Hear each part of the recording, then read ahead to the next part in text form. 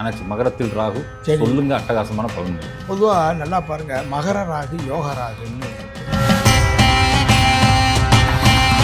மகரம் மண் வீடு, பொறுமையின் சிகரம், உழைப்பின் சிகரம். மண் ராசினால பொறுமை, உழைப்பு. மகர வீட்டில் போய் ராகு இருக்கு அப்படின்னா இந்த ராகு என்ன, இந்த ஜாதகம் பூமி மனை யோகத்தை அள்ளித்தரும்.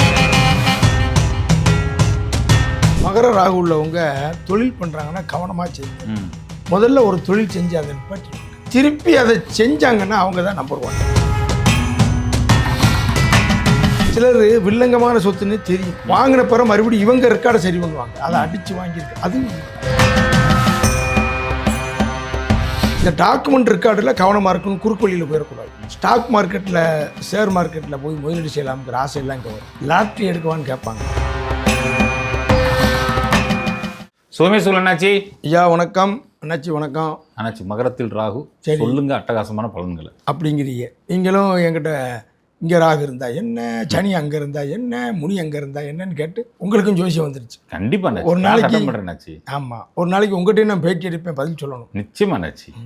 ஏன்னா கம்பன் வீட்டு கட்டு தெரியும், கவி பாடும்பாங்க. நிச்சயமா அது மாதிரி நம்மகிட்ட ஜோசியமாக பேசிக்கிட்டு இருக்கோம்.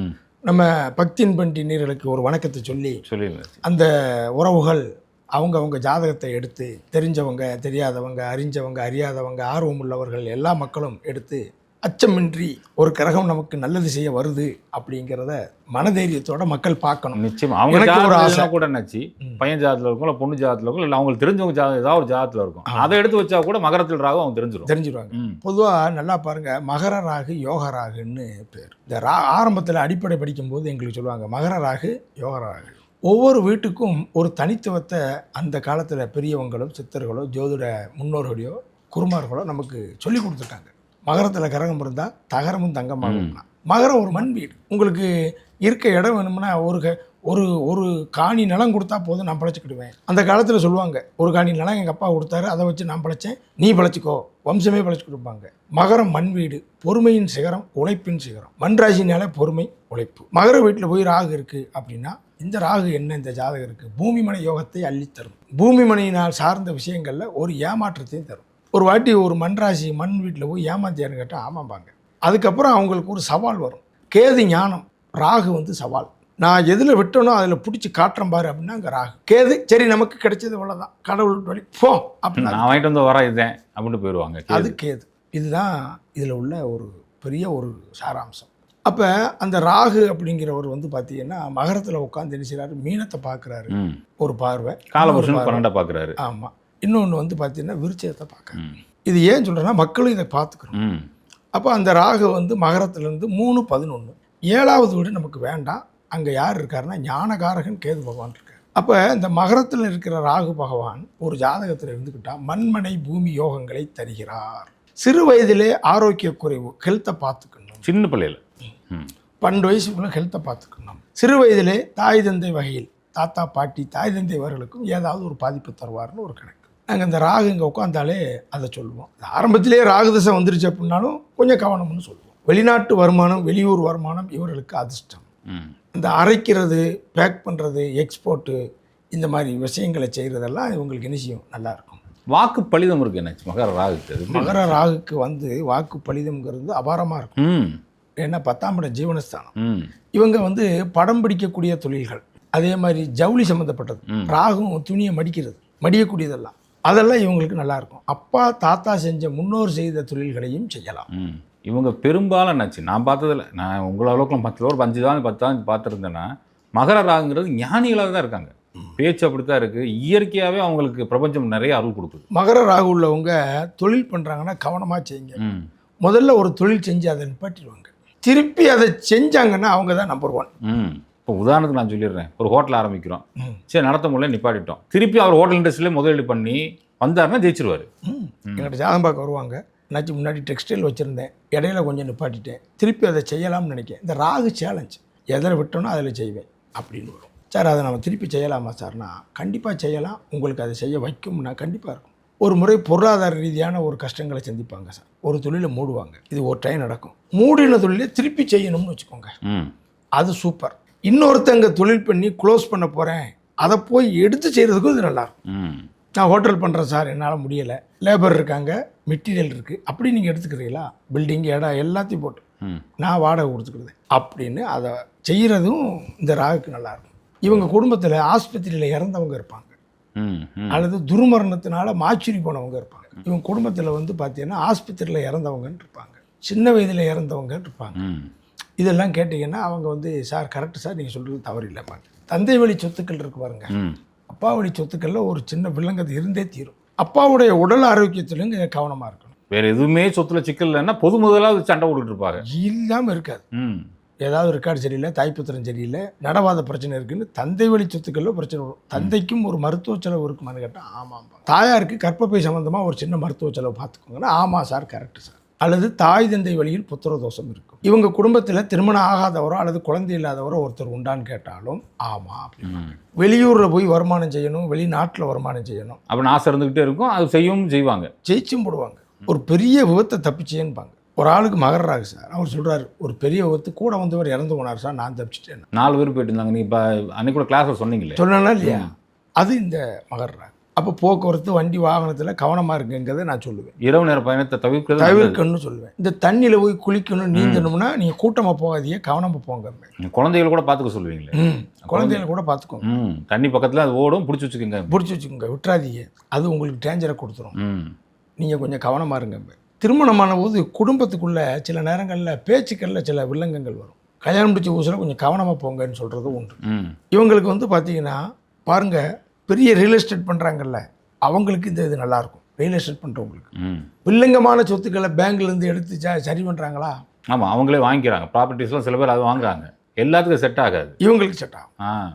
ஏலத்துக்கு வர வீடெல்லாம் வாங்குறது எல்லாம் செட் ஆகுனுச்சு. ஒரு சிலர் அந்த வீடை மட்டும்தான் வாங்குவாங்க, வேறு எதுவும் வாங்க மாட்டாங்க. சிலர் வில்லங்கமான சொத்துன்னு தெரியும், வாங்கின பிறகு மறுபடியும் இவங்க ரெக்கார்டை சரி பண்ணுவாங்க, அதை அடித்து வாங்கியிருக்கு, அது உங்களுக்கு நல்லாயிருக்கும். ஸ்கிராப் பிஸ்னஸுக்கு நல்லாயிருக்கும், மெட்டல் சம்மந்தப்பட்டதுக்கு நல்லாயிருக்கும்.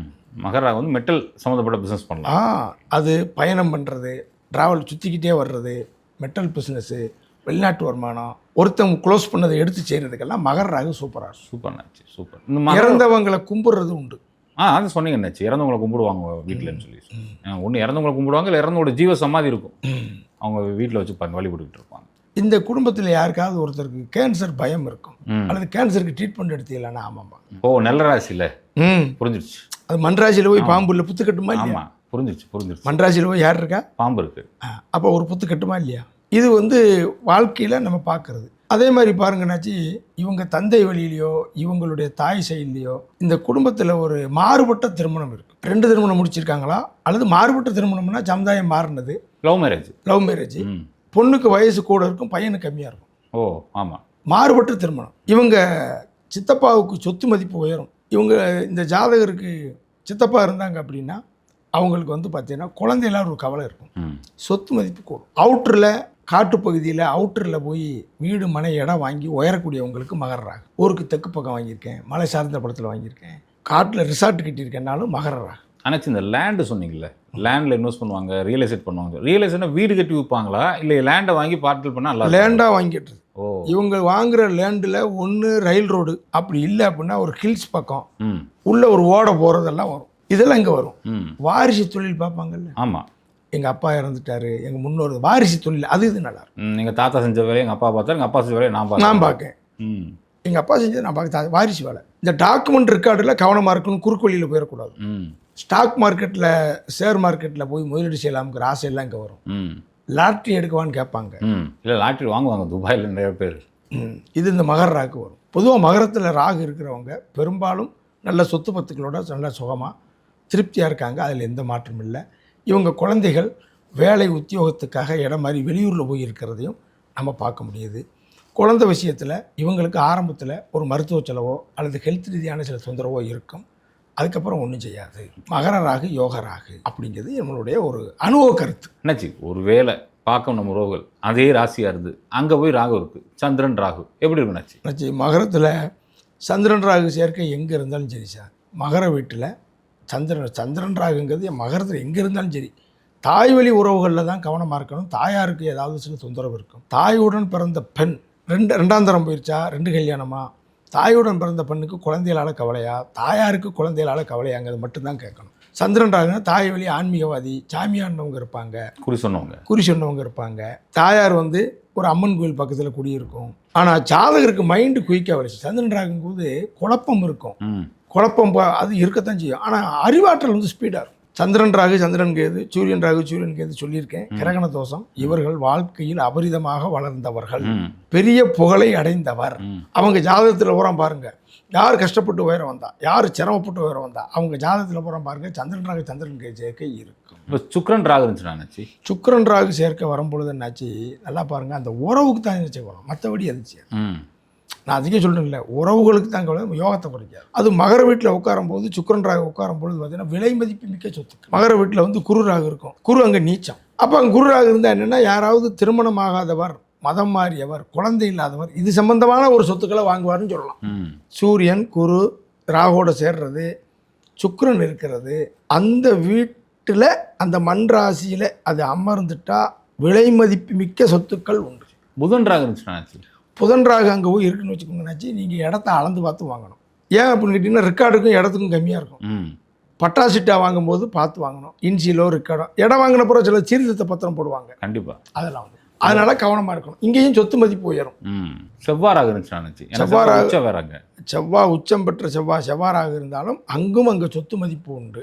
இளைய உடன்பிறப்பு விஷயத்தில் கவனமாக இருக்கணும். அவ்வளோதான்.